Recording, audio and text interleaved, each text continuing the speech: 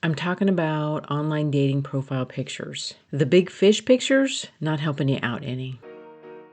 The universe isn't just out there, it's interacting with you. Claim your power by embracing the unknown. This is Tracy with Tracy Talks, and I'm here to ignite your curiosity. Don't just listen, embrace it.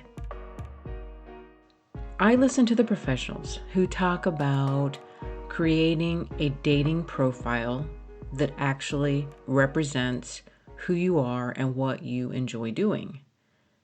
The professionals encourage you to share pictures of you actually performing activities. If you like to go to games, show yourself at a game. If you like to hike mountains, show yourself hiking a mountain.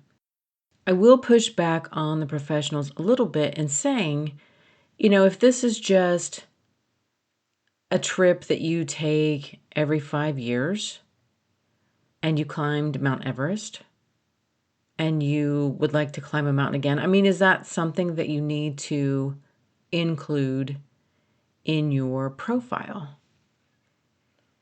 There's one picture that gets a consistent reaction out of me. Those are the big fish pictures. We don't care. We don't care that you caught a big fish. I have talked to my female friends. None of us care. Actually, it gets a collective groan. Like, why? And I am totally projecting here, and I understand that.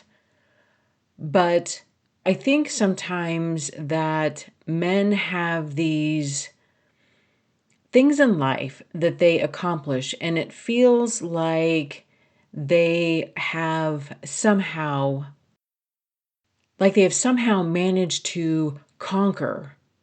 And it's like man over beast. And here, look at this animal that I ripped with my bare hands out of the water. Having a fish picture is one of the surest reasons that I swipe left.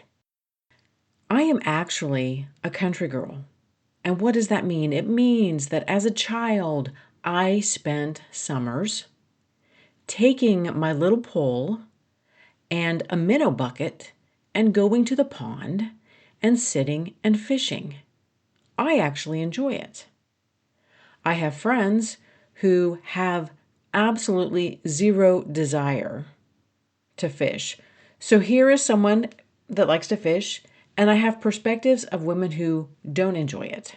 None of us appreciate the big fish picture. At this point in my life, all I can do is I can base my current feelings and emotions on previous experiences. I previously was in a relationship with someone who enjoyed bass fishing. Again, I like to fish. This person and I did not really fight much. We agreed on a lot of things. We were very similar in what we enjoyed doing and how we thought and our humor level and our communication level. We were pretty much in sync on a lot of things. One area in which we did fight was when we were dropping the bass boat into the lake. It helps if you have two people. You have somebody to back the boat off of the trailer, and then you have somebody that's pulling the truck and the trailer out of the water. He was determined that I was going to learn how to back the trailer. And it's not easy because you have to turn the steering wheel in the opposite direction to get it to go in the direction that you want it to go. Backing a trailer is not a life skill I have ever desired to master. Yelling at me from the boat about which direction I should turn the wheel isn't really going to help me master any skill. Again, I don't care. I was raised on a farm. We had cattle trailers. I never learned how to drive one. I didn't have to. And again, not a life skill I am willing to develop at this point in my life. So immediately when I see a big fish picture, I imagine the situation of backing the boat into the water. I imagine fighting. I imagine arguing. I imagine tensions elevated. Never is there any context to the big fish picture. I am actually looking at what type of fish is it. It's a channel cat, so you're in a river. It's a bass, so in your lake. Or it's this big swordfish, so you're in the ocean. I look at those details for context. What else does the big fish picture tell me?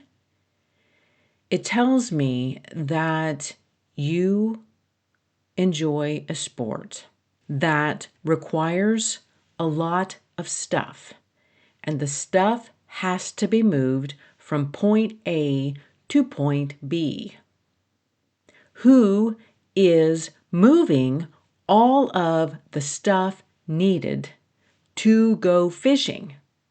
Again, I'm not willing to do that. It's not my hobby. It's not my sport. I never signed up to make numerous trips carrying your boxes, your tubs, whatever it is.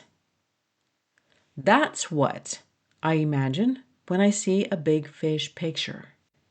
How long are we going to be on the lake?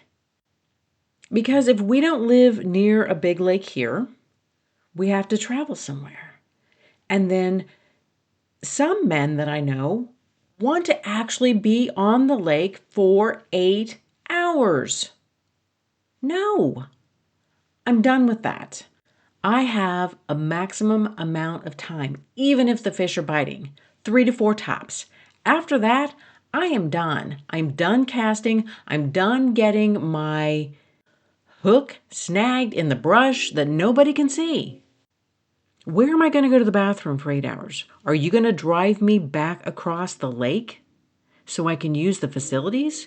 Are you going to suggest that I just get in the water and pee? Or are you going to suggest that I actually get close to the edge and get off into the rocks and the brush and pee?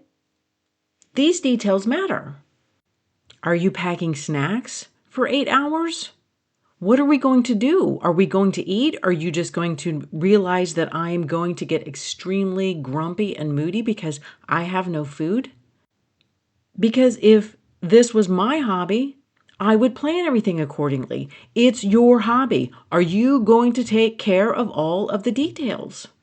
And now, let's imagine that we are fishing on the lake, and I have been known on occasion to actually catch a big fish. Are you going to act like a child, like a toddler, and get mad and frustrated and upset because I caught a bigger fish than you did? Or what happens if it's a day where the fish aren't biting at all? Are you again going to act like a toddler and be pissy and be moany and whiny because the fish weren't biting? I personally don't know any women in my life who appreciate a fish picture. Now, if you're wanting to impress men, that would be an appropriate picture to share. But if you're on a dating site looking for a woman, that's not going to impress us chicks. I don't know. Maybe share a picture of the books that you've read. Maybe share a picture of you washing dishes, or maybe share a picture of you scrubbing a toilet. Any one of those is going to get you more points and more interest on a dating site than a big fish picture.